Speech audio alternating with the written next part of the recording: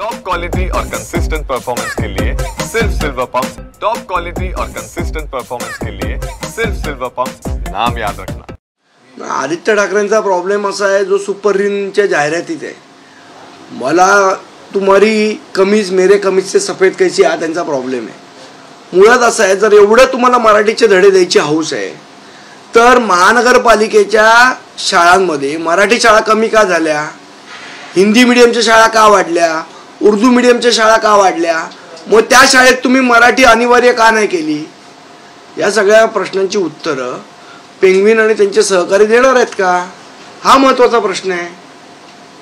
तुम्ही असं की त्याच्यामध्ये म्हटले की 25 वर्ष सत्ता असताना तुम्ही मग 25 वर्ष सत्ता होती ना तुमची, त्या 25 वर्षामध्ये मराठी शाळा कमी झाल्या आणि हिंदी माध्यमाच्या आणि उर्दू माध्यमाच्या शाळा वाढल्या, हा डेटा आहे महानगरपालिकेचा।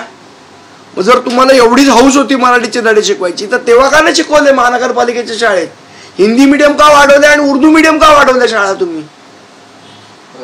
आपण एक बघू असं तर मुंबईमध्ये एक गंभीर प्रश्न निर्माण झालाय, तो म्हणजे पाण्याचा। आता 5 दिवस झाले वॉटर टँकर असोसिएशन हे त्यांच्या संपावर कायम आहे, त्यामुळे नागरिकांना याचा खूप मोठा फटका बसतोय। 5 दिवस झाले त्यांच्याकडे पाणी नाही, याकडे आपण कसं बघतो? ही जी टँकर लॉबी आहे ही जर आपण बघितली तर मॅक्झिमम लोक याच्यात परप्रांतीय आहेत आणि हे परप्रांतीय लोक मुंबईला वेठीस धरण्याचं काम यांनी चालू केलेलं आहे। जर इथे काम करायचं आहे तुम्हाला तर इथले नियम पाळले पाहिजेत जे महानगरपालिकेचे आहेत, ते नियम न पाळता महानगरपालिकेला आणि सरकारला ब्लॅकमेल करण्याचं काम ही परप्रांतीय लॉबी करते।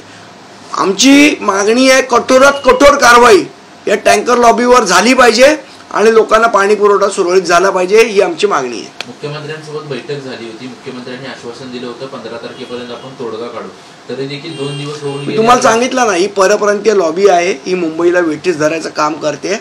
या परप्रांतीयांवर कठोरात कठोर शासन हे सरकारने केलं पाहिजे, ही आमची मागणी आहे।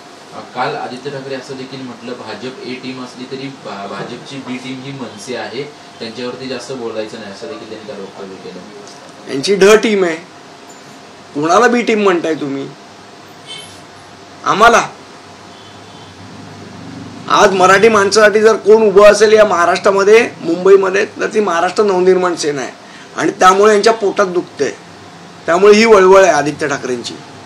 तुम्ही मराठीचा मुद्दा घेतल्यानंतर त्यांनी मराठीचा पुन्हा मुद्दा, आता मी तुम्हाला सांगितलं ना, सुपर रीनची जाहिरात आहे ती, भली उसकी कमीज मेरे कमीज से सफेद कैसी, हाच प्रश्न आहे।